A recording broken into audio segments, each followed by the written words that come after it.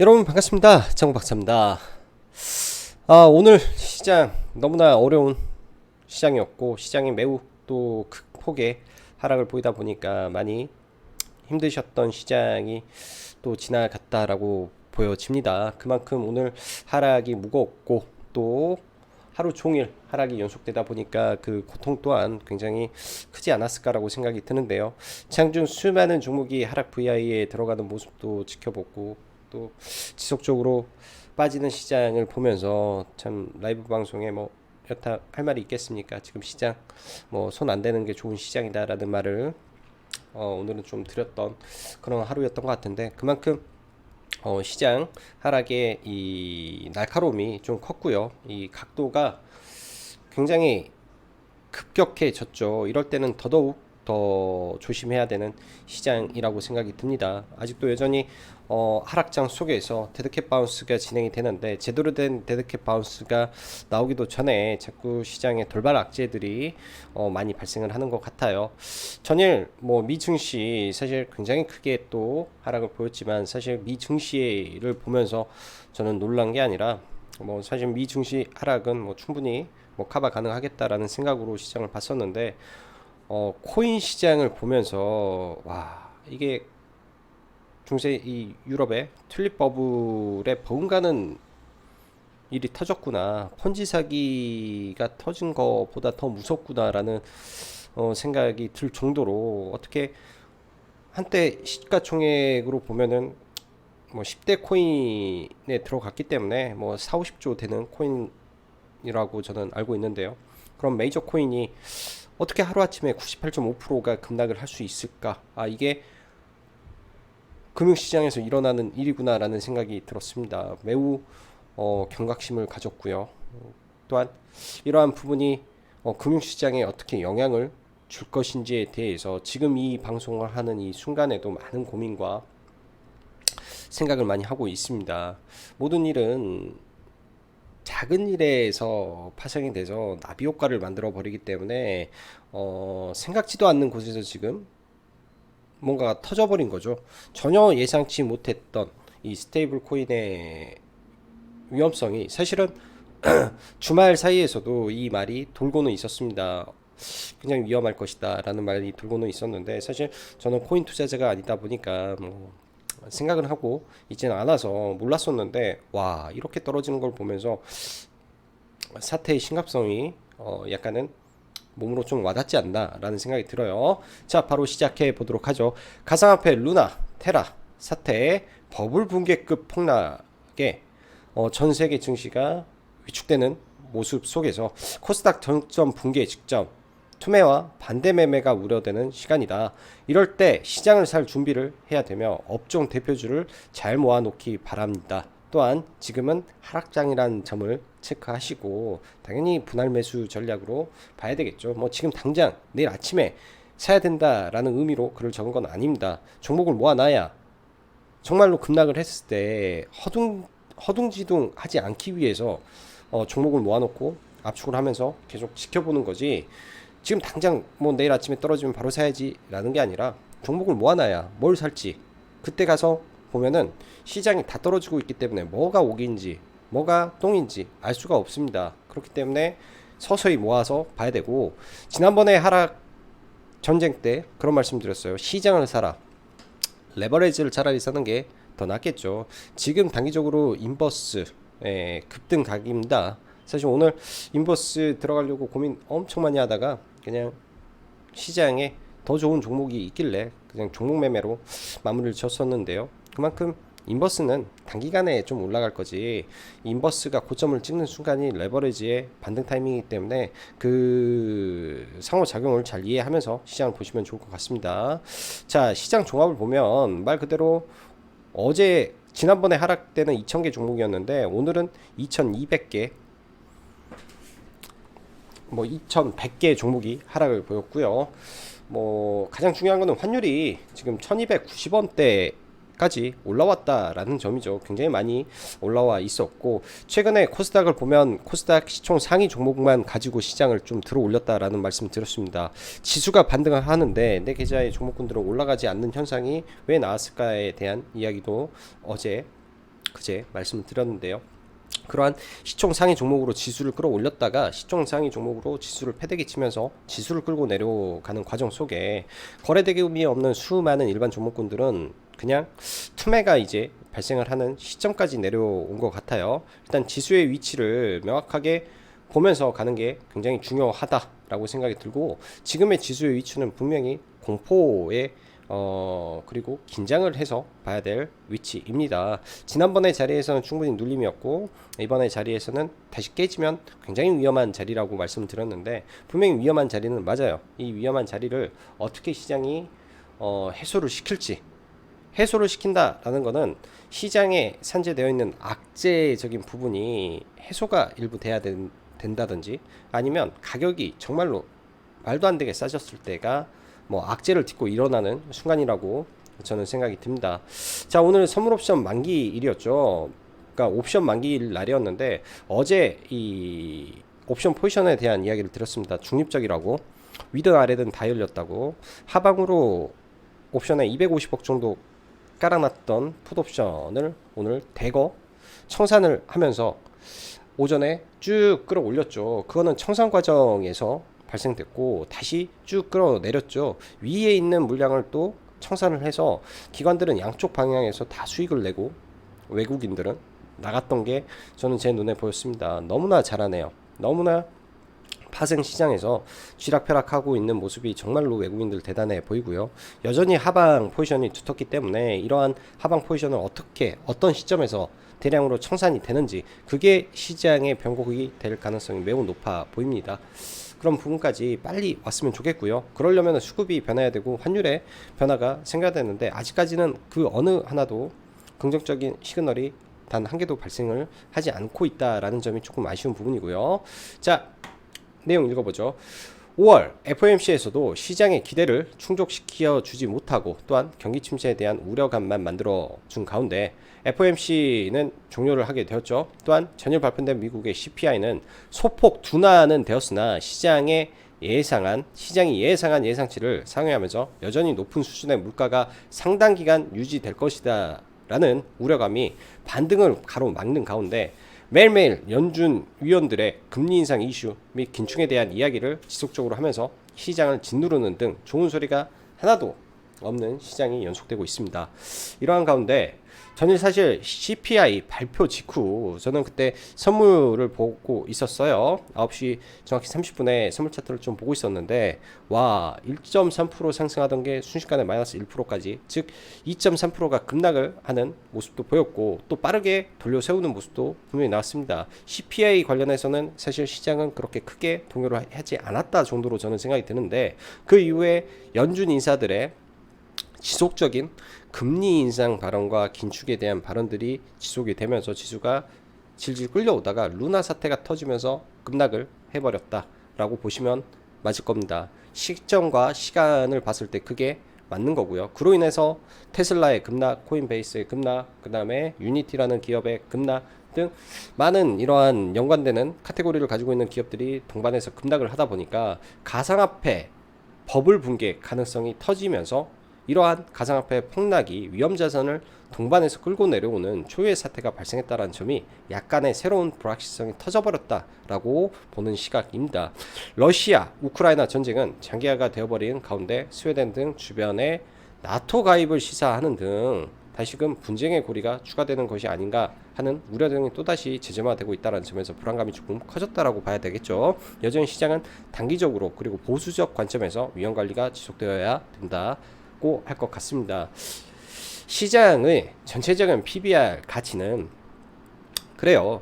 이게 뭐 아주 합리적인 생각일 수 있죠. 전체적인 시장의 PBR 가치는 사실 코로나 저점 수준에 근접하는 모습입니다. PBR 1배 수준이니까 뭐 1배에서 좀 더 내려가면 이제 1배를 하회하는 수준이 되겠죠. 코로나 때는 우리나라 0.8배까지 떨어졌어요. 그러니까 20%더 떨어져 버릴 수도 있다라는 겁니다. 그래서 그만큼 기업의 이익이 늘었기 때문에 그러한 상황이나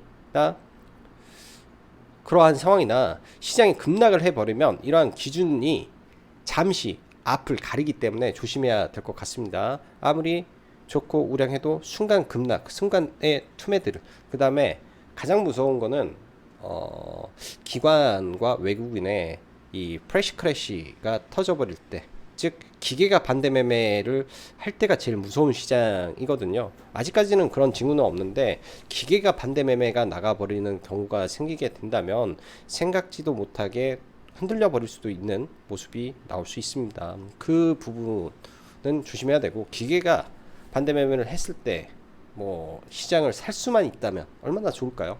그럴 때 살 수만 있다면 그런 부분 계속 생각해야 될 것 같네요. 자, 그러나 지금부터 이 부분이 가장 중요한 내용인데요. 하락할 때 더 신중해야 된다라고 생각이 듭니다. 시장이 급락을 하면 이것저것 다 떨어져 내려오고, 이 중에는 옥들도 내려온다고 보는데, 이때가 포트 교체, 신규 진입, 스윙 진입의 구간이 나올 수 있기 때문에 차가운 심장으로 담대하게 또 매수를 고민해야 될 때가 다가오고 있다라고 생각이 듭니다. 종목이 어렵다면 시장을 사는 전략도 있을 것이고, 그러한 시장을 살 때는 기준점을 잡고 사면 크게 우려될 건 없다 라고 보이기 때문에 기준점을 잡고 보면 되고요. 이 기준점이라는 게 아까 말씀드리는 프레시 크러쉬가 진짜 현실로 터져 버릴 때, 이것도 하나의 기준이 되고, 또 뭐 의미 있는 지지와 저항 구간을 깨고 거기서 급락이 나왔을 때, 시장에 곡소리가 울려나고 반대 매매가 터졌다는 뉴스가 나올 때, 뭐 이런 것도 하나의 기준이 될 수도 있고요. 뭐 제가 보는 엔벨로프 기준도 하나의 기준이 될 수도 있을 겁니다. 이거는 뭐 경험에 의해서, 공부에 의해서 아마 차이가 나겠죠. 이럴 때는 지속적으로 내려가는 종목이 떨어지는 것보다는, 그러니까 지속적으로 내려가면서 종목군들이 막 떨어지는 신저가 종목보다는 신고가에 있다가 시장 때문에 우르르 떨어져 버리는 종목군들이 가장 좋은 종목이고요. 업종 대표 1등 기업, 그리고 산업의 패러다임에 맞는 섹터를 구분하는 게 가장 중요하다라고 생각을 합니다. 이 시간에서도 이런 부분에 대한 공부를 더 열심히 해 보십시오. 저도 계속 공부를 하고 있고 또 공부를 지속하고 있습니다. 매일매일 글 쓰면서 시장에 많은 코멘트와 산업 종목군들의 언급이 되었을 것이라고 저는 생각이 듭니다. 이 안에서 얼마나 그러한 종목을 잘 추적하고 공부하고 이해도가 높냐의 차이가, 그러한 종목을 길게 끌고 가냐 아니면 짧게 먹고 마냐, 또 혹은 손실로 마감하고 마냐를 가르는 것이기 때문에, 절대적으로 개인이 얼마나 공부를 하느냐에 따라 결과치가 달라질 수 있다라고 생각이 듭니다. 똑같은 종목에서 어떠한 기준점에 의해서 어떠한 매매를 하냐에 따라서 단기 매매도 달라질 것이고 스윙도 달라질 거라고 생각이 들어요. 자, 그럼 시장 짧게 코멘트 하죠. 뭐 많은 내용이 없는 것 같아요. 시장에서 국내 증시 옵션 만기 시점 외인의 6거래일 연속 선물 매도에서 장 초반 매도세가 분명히 있었고, 오후 청산으로 순매수 전환이 있었으나 그냥 최근 매도의 청산일 뿐이기 때문에 아직도 하방이 강하다 정도로 코멘트하면 될 듯 하며, 전체적으로 수급의 개선이 너무 없다라는 점에서 대량 수급 유입이 필요해 보입니다. 시장이 급락할 때 어느 순간에 갑자기 수급이 많이 들어올 때가 분명히 있을 거라고 저는 보여져요. 지수 코스닥 이탈 가능성이 내일 오전 반대 매매부터 예상 체결 체크가 필요하겠죠. 예상 체결 창을 8시 40분에 딱 켜 보십시오. 몇 종목이 예상치가 하한가에 들어가 있는지 그 숫자를 확인해 보시면 어느 정도의 파급력이 있는지에 대해서 볼 수 있을 것 같고요. 그 이후에 그런 종목군들이 떨어지게 되면 CFD 계좌도 같이 반대 매매가 터집니다.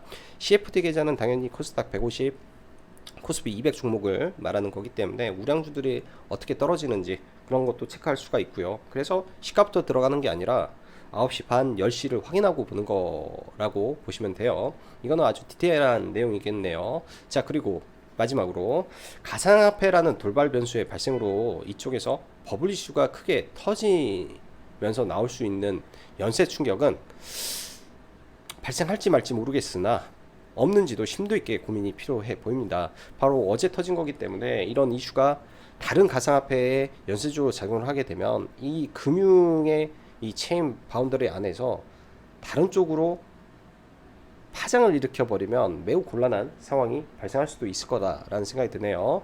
자, 어제 쌍용차 인수 관련해서 이 KG그룹에서, 그러니까 파빌리온 P가 이제 KG그룹과 맞손을 잡았죠. 그렇게 되면은 4파전에서 3파전으로 줄었기 때문에 KG그룹은 호재입니다. 이러한 호재가 작용을 했는데 KG스틸에서 KG ETS로 대표 주관사가 바뀌었기 때문에 당연히 KG ETS를 오늘 보셨으면 잘 봤을 것 같다라는 생각이 들고요. 저도 이쪽에서 매매를 하면서 잘 수익을 챙겼는데 내일은 당연히 관종에서 삭제할 생각입니다. 오늘 상가에 들어가도 상따도 안 하고 오후에는 그냥 보내줬고요. 해운 관련해서 어제 말씀드렸죠. 벌크성 운임 고공행진이 지속할 가능성이 매우 높다. 또 발탁지수가 상당히 높은 구간에 있는데 1분기에서 3분기까지 발탁지수는 굉장히 많이 떨어져 있었는데 까보니까 실적이 좋네. 근데 3월달, 5월달 지금의 발탁지수는 매우 좋은 상태에서 환율도 높다. 그리고 선 거리가 길어짐에 따라서 이 성과 자체가 바뀌었다라고 보시면 2분기 실적은 좋을 수밖에 없다라는 시장의 뷰로 바뀌었을 거라고 생각이 듭니다. 그래서 해운주 지속적으로 봐야 될 것 같고 조금 밀렸을 때 뭐 운임지수 체크하시면서 보시면 나쁘지 않을 것 같아요.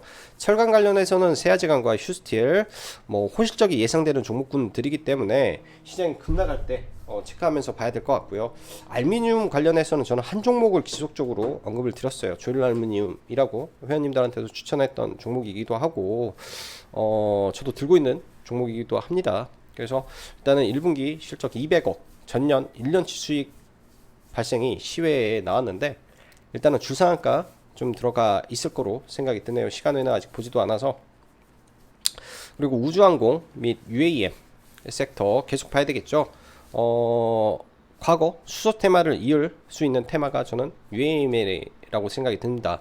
대기업이 다 뛰어들고 있습니다. 오늘 아침에도 GS 칼텍스 이 전국의 이 주유소 꼭대기에다가 창국장을 만들겠다, 카카오와 손잡겠다 뭐 등등 대기업들이 뛰어들죠. 아직은 연합체가 생기지 않았습니다.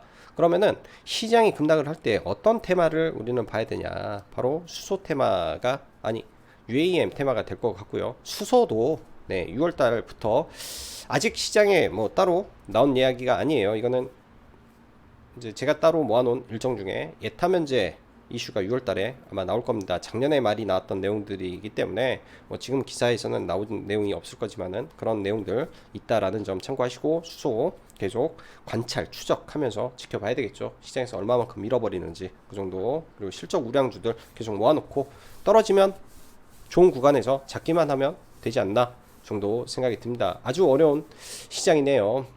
그리고 카페에서 라이브 방송 가입받고 있으니까 필요하시면 참고하시면 될 것 같네요. 자, 종목군들 보면서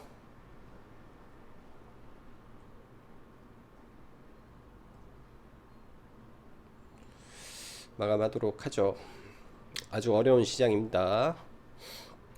자, 그리고 유튜브에다가 제가 상한가 관련된 내용을 하나 또 올려드렸어요. 상한가 매매에 대한 내용을 올려드렸기 때문에 그거 한번 보시죠.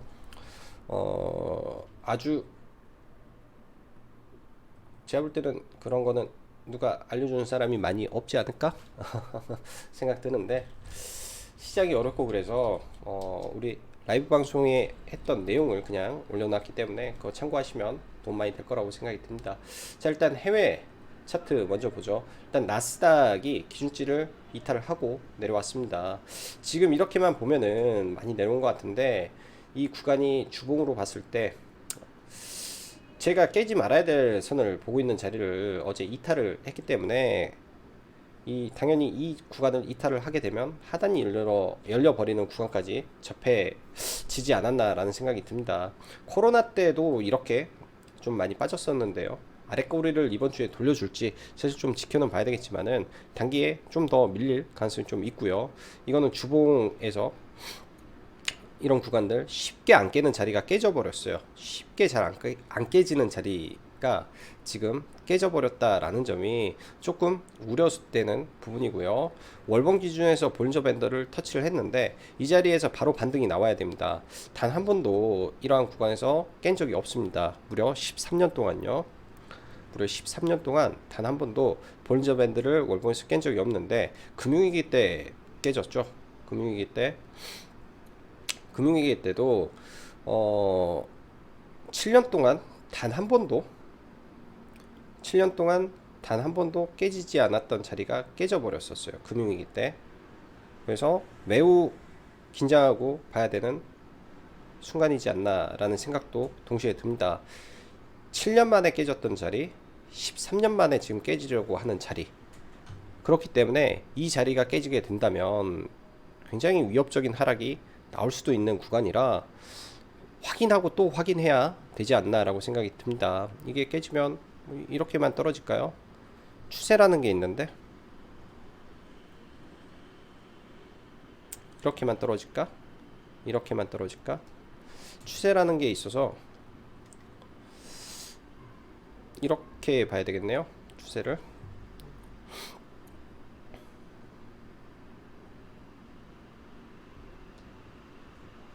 무섭죠. 이렇게 보면은 굉장히 두렵습니다. 저도 이렇게 보면은 굉장히 두려운 것 같아요. 그래서 조심해야 되고, 자, 코스닥을 보죠. 자, 과거에 제가 코스닥에 대해서 이런 말씀을 드렸습니다. 주봉에서 20주 선을 이렇게 이탈하게 되면 이런 구간에서 저항을 맞고 내려올 가능성이 높고, 월봉 기준에서 21선을 이탈하게 되면 큰 하락이 항상 나왔다. 이렇게 해서 원래 데드캣 바운스가 나와야 되는데 상당히 빨리 데드캣 바운스가 나왔기 때문에 다시 이 자리를 지금 이탈하고 있는 과정이죠. 코스닥도 볼린저 밴드를 지금 건드렸다라는 것 자체가 지금 이 볼린저 밴드를 안 깨야 되는데, 이 볼린저 밴드라는 건 이 박스권에서 돌아야 되는데 항상 보면은 언더슈팅, 그러니까 오버슈팅을 해요. 볼린저 밴드를 치게 되면 오버슈팅 구간이 나옵니다. 그러면 언더슈팅 구간도 나올 수 있다라고 해석을 해야 되거든요. 그래서 코스닥도 언더슈팅 구간에 이 꽉 채운 음봉에서 이 구간을 깨게 되면 상당 부분 잘못하면 이런 구간까지 열려버리게 됩니다. 이렇게 예를 들면 저점을 지지했던 구간까지 열려버리기 때문에, 예를 들면 이 구간이 깨지게 된다, 이만큼 열어놓고 시장을 바라봐야 될 것 같습니다. 그만큼 지금의 위치가 상당히 난해하고 위험하고 그런 자리가 되는 거고요. 오늘도 장중에 정확히 말하면 1시 무렵이거든요. 이 구간이 이탈하면서 지수 원웨이 하방 들어왔다, 인버스 베팅하고 싶다, 그러나 그냥 참겠다, 뭐 이런 코멘트를 했던 자리가 바로 이 자리입니다. 이 자리가 이탈되면 관성에 의해서 밀려버릴 수밖에 없는 구간이라 지금은 좀 조심하고 봐야 될 것 같아요. 지금 좀 조심하고 봐야 될 것 같고, RSI 지표 하나 더 보죠. 오늘 시장에 대해서 설명을 좀 많이 하는데 RSI 지표도 이 지난번에 여기서 안 깨고 올라왔으면 다이버전스인데 깼죠. 그러면 다이버전스는 없다라고 봐야 되고, 과열권에 진입하는지 이제 체크해야 될 것 같습니다. 과열이 얼마만큼 크게 깊게 나올 건지 이거를 보면서 가늠을 해야 될 것 같아요. 그리고 시장은 이 삼중바닥이라는 게 굉장히 강력한 바닥입니다. 바닥 중에서도 엄청 센 바닥이 쌍바닥보다 쓰리바닥인데, 이 쓰리바닥이 깨졌어요. 그러면 지금부터 이 지점이 단기간에는 저항으로 작용하게 됩니다. 그래서 올라가더라도 저항을 맞고 떨어져 버릴 단기간의 저항의 자리가 돼버렸기 때문에 주의가 필요한 시점이라고 생각이 들어요. 삼중바닥, 그 다음에 이 쓰리봉을 돌파한 이 시세의 출발점이 깨졌다. 그러면은 어디까지 밀릴지 일단은 참 어렵네요. 어려워. 자, 해운 종목군들 먼저 좀 보죠. 먼저 페노션 어제 좋아 보인다, 직전 고점까지는 트라이 할 가능성이 좀 있어 보인다 라고 말씀드렸는데, 저희는 HMM을 좀 공략을 하려다가 시장이 좀 안 좋아서 중간에 그냥 관망을 하자라고 했습니다. 원래 오전에 HMM이 훨씬 많은 수급에 의해서 좀 상승을 하다가 시장이 좀 무너지길래 안 봤었는데요. 페노션은 오후에 그냥 뭐 수급주 눌림 정도로 추천은 했었는데, 이것 또한 그냥 다 팔아버리라고 말씀을 드리고 다 매도하시라고 코멘트를 하고 그냥 말았던 종목입니다. 그래서 전량 청산을 해버렸고요. 지금 시장에서는 이 수급 흐름 굉장히 양호한데, 내일 시장이 만약에 밀렸을 때, 많이 밀리게 되면 이 악성 매물대를 돌파한 자리 정도, 이런 구간들 크게 훼손을 안 한다면 한 74,400원 언저리 라인에서 좀 보면 될 것 같습니다. 좀 밀리더라도 이 힘이 최근에 강하게 들어왔기 때문에 지금 현재는 시장의 주도주로 봐야 될 것 같고요. HMM 또한 아직 실적 발표를 하지 않았죠. 실적 발표를 하지 않은 상태에서 약간 피크아웃 우려는 있지만은 그래도 여전히 좋은 모습을 보여주고 있다라고 보여집니다. 시장이 급락할 때 충분히 계속 공략 가능하고요. 대한해운도 실적이 잘 나올 수밖에 없겠죠. 펜오션이 확인을 해줬기 때문에 밀리면 받아보는 전략 좋아 보입니다. 흥하해운은 뭐라고 해야 될까? 이 실적이나 그런 걸 떠나서 상징적인 해운주의 대장주 역할을 하는 종목입니다. 해운 안에 테마에서는 흥하해운이 대빵이죠. 그래서 이 흥하해운이 거래대금을 터치고 막 올라가는지 정도 체크하시면서 변동성을 이용한 매매는 흥하해운으로 보시고요. 태용로직스 사실 그 1대1 100% 무상증자 이슈는 굉장히 큰 재료는 아닙니다. 굉장히 큰 재료는 아니지만 이 종목의 기본적인 펀더멘탈이 좋은 상태에서 해운 테마가 불었기 때문에 이런 종목이 당연히 시가 갭이 높아야 되는데 시가 갭이 0.8%뿐이 안 떴죠. 그러면은 이런 종목은 상한가 종목 중에서도 완전히 따라잡아야 될 A급 완전히 따라잡아야 될 A급 종목이라고 봐야 되는 게 맞겠죠. 그래서 오늘 저도 시가 그리고 시가 이하 두 번 잡힌 건데 그 아래로 다 걸어놨는데 두 덩어리뿐이 잡히지가 않아서 그렇게 크게는 재미는 못 봐온 것 같아요. 그래도 한 5% 정도 예, 분할 매도가 돼서 사실 위에까지 매도를 걸었는데 이게 분할 매도라 5% 정도에서 청산이 됐던 것 같습니다. 그래서 테크놀로직스 매매를 했고 오늘 회원님들한테도 이거를 설명을 드렸었는데요. 오늘 왜 이후에 눌림을 안 했냐? 당연히 오전에 올라간 수치가 단기과열 공시가 걸리는 자리이기 때문에 보면 안 됐죠. 이 종목은 또 눌렸을 때 내려오면 충분히 봐볼 수 있는 종목이다 라고 생각이 듭니다. 많이 내려오면 한번 공략을 해보면 좋을 것 같고요. 지금의 테마 흐름이 이런 해운주에 있기 때문에 볼 수 있는 종목이다 라고 생각이 들고요. 자, 그 밖에 이 KG ETS 오늘 상한가에 들어갔죠. 거래대금도 무려 5천억 가까이 터지면서 굉장히 강한 모습을 보여줬는데 시가에는 사실은 공략은 하지 않았습니다. 시가가 좀 높다라고 판단이 됐고요. 확실히 뭐 돌파가 되면 뭐 그 이후에나 한번 봐볼까라는 생각은 좀 했었고요. 이 구간에 이제 시장이 매우 불안정했죠. 뭐 하루 종일 좀 빠졌고요. 사실은 시장이 본격적으로 빠진 거는 12시 시점인데 12시 시점에 보면 어떤 관점에서 시장을 봐야 되냐에 대한 이야기를 드릴게요. 시장이 올라가다가 빠졌어. 근데 시장보다 강한 종목이 이 종목이다. 그랬을 때는 다른 거 다 집어치우고 이 종목 하나만 봐야 됩니다. 시장과 역행하는 거, 시장이 밀리면서 시장의 자금을 빨아들이는 종목군들이 뭐가 있는지를 봐야 되는 거고요. 그래서 이제 저 같은 경우에는 이 구간에서 이제 분할 매수를 좀 하면서 여기 저 돌파 전에 이 자리부터 해서 이 윗구간까지만 매매를 좀 했고 이 윗자리는 뭐 당연히 식사하러 가서 안 받고요. 상따도 하지는 않았습니다. 왜일까요? 왜 상따는 하지 않았을까요? 일단 상따 같은 경우에는 내일 재료 소멸의 날이 가까운데 잘못 자칫하다가 이 홀짝 매매가 돼버릴 수가 있기 때문에 조심해야 되는 부분도 저는 분명히 있었을 거다라고 생각이 듭니다. 잘못하다가는 그렇게 맞아버리면 생각지도 못한 손실이 발생할 수도 있겠죠. 생각지도 못한 손실이 발생할 수도 있기 때문에 그랬고요. 자, 어제 영풍재지라는 종목이 M&A 이슈죠. 회사 매각 이슈로 많이 올랐었는데 오늘 오전에 웅진이 거의 비슷한 형식으로 또 움직였습니다. 얘도 M&A 이슈가 있어서 좀 움직였던 종목인데 그런 부분에서 좀 시장이 좀 돌고 있고요. 중간중간에 뭐 종목군들 뭐 이런저런 이슈를 만들면서 좀 올라왔었는데 오늘 같은 경우 모나리자 또한 매각 이슈가 있었어요. 최근에 시장에 매각 이슈 종목군들이 상당히 많습니다. 그래서 저도 매각 이슈 관련해서 모나리자라는 종목을 좀 매매를 했고요. 매매는 시가에 당연히 안 들어가고 바닥을 잡고 돌리는 모습에 들어가서 뭐 짧게 수익 실현을 한 종목이고요. 자, 그 다음에 이 콩기름 대란이 있었죠. 콩기름 대란이 있어서 어제 샘표라는 종목을 종가 매수를 했다라고 말씀을 드렸었습니다. 그래서 시간에 좀 밀렸길래 사실 저는 충분히 사회적 이슈가 될 만한 재료인데 왜 그럴까라는 생각을 좀 했었는데요.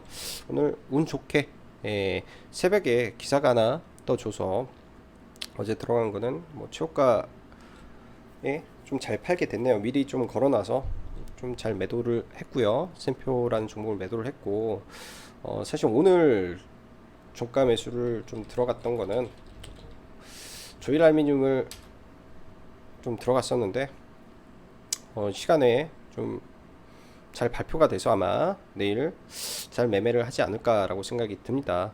자, 이거 말고 또 시장에 대한 이야기를 한번 하죠.